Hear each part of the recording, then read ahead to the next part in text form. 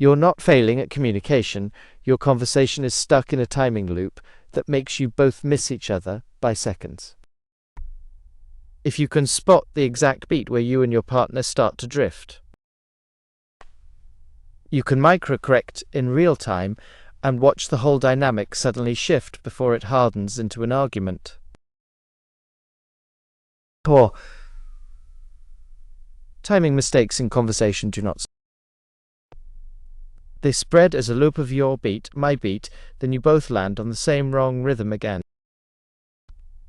Notice how a single half-second pause can make the next turn feel late, even when nobody means it. In a classic turn-taking account, Harvey Sachs, Immanuel Shegloff, and Gail Jefferson described how speakers manage who talks next with rapid rule-like timing. One missed slot does not just delay one sentence. It shifts the internal expectation for the next slot, so the partner may start at the wrong time to fix it. You can hear this on a phone call when one person starts answering a question early. Then the other person tries to reclaim the floor by jumping in sooner next time. The second jump is not just bold. It is an adjusted attempt based on the earlier mistimed exchange. In 1972, Sara Duncan and her team studied how people coordinate talk in real time. They found that listeners use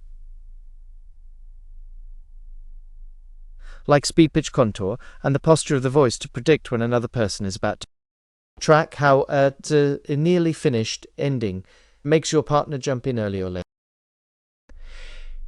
If you cut off your sentence a fraction too soon, your partner stops trusting that prediction.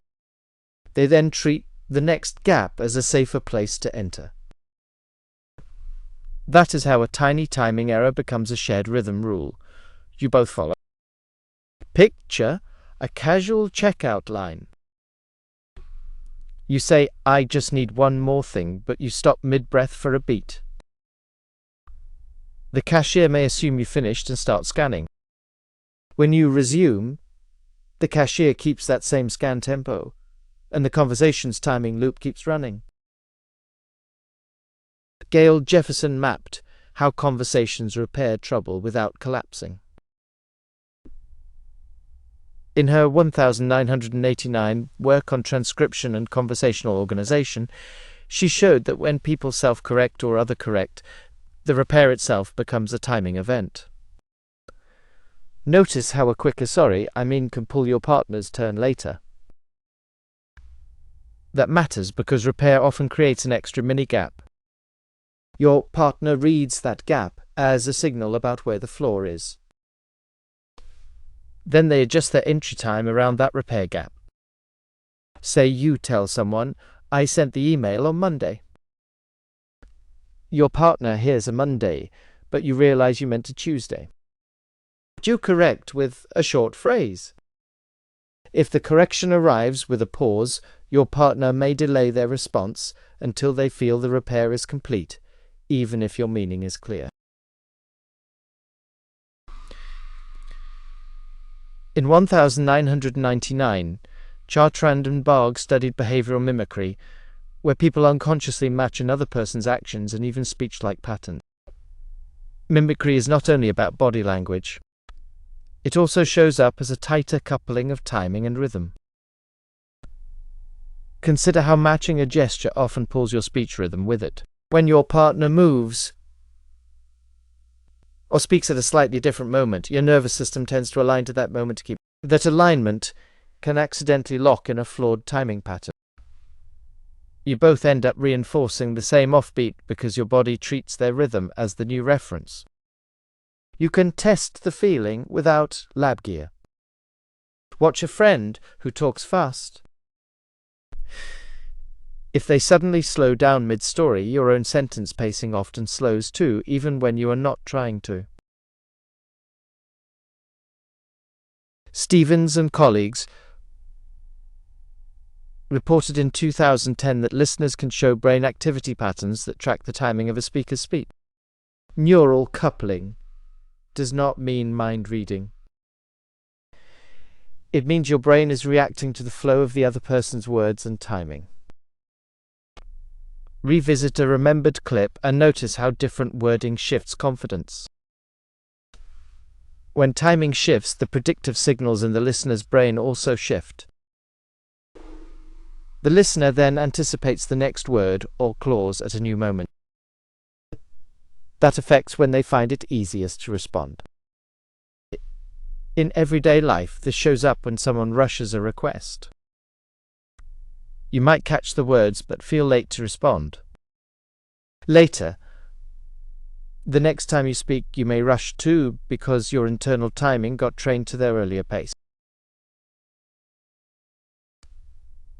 A 2021 study by Eriksson and colleagues looked at how people coordinate during joint speech and how timing relates to social dynamics. The core idea was simple: when two people align their timing well, interaction tends to feel smoother and more responsive. Notice how smoother coordination often makes interruptions feel less threatening. If timing alignment breaks, it can feel like your partner is not listening even when they are. The brain tries to repair the mismatch by updating predictions on the next turn. That creates a micro loop of new predictions and new timing errors. Think about team meetings on a video call. One person speaks a little ahead of the shared latency, and the other person waits too long. Both then keep compensating. The conversation keeps feeling laggy even though the content stays the same. In 1967, Watzlawick, Beavin, and Jackson popularized the idea of communication feedback loops. A feedback loop happens when one person's move changes the partner's move, and then that changed move changes the next one. Track how your response to a mistimed remark can restart the same loop. In conversation, the feedback loop often lives in timing. If your partner responds too late, you may respond faster. If your partner responds faster, you may respond too late. The content can be correct, but the rhythm keeps drifting. You can feel it in playful banter. One person teases with a slow punchline. The other person laughs early to help. Then the first person laughs late to match. Now you both treat laughter timing as the joke beat, and it loops. You can spot timing loops faster when you watch for overlap, not content. Overlap is when two people speak at once, even briefly, as if the other person is already on the way to a response. If the overlap repeats, it often means both people are syncing to the same internal timing cue. Track how often your partner interrupts at the same point in your sentences, even when the topic stays neutral. Harvey Sachs and colleagues in Conversation Analysis mapped how speakers manage turn boundaries by treating timing as a coordinating resource. When the boundary is missed once, they often correct it with a similar boundary move next time, which accidentally trains a loop. Imagine a coworker asking, "Did you send the file?" The first time, you start answering and they jump in right as you begin the explanation. The second time, you do the same opening phrase length and they jump in again at the same micropoint. After that, your mouth starts preparing for their interruption before you even finish your thought. Loop spotting here is simple: listen for the repeated beat where the other person takes control. Microcorrection then targets that beat, not the argument.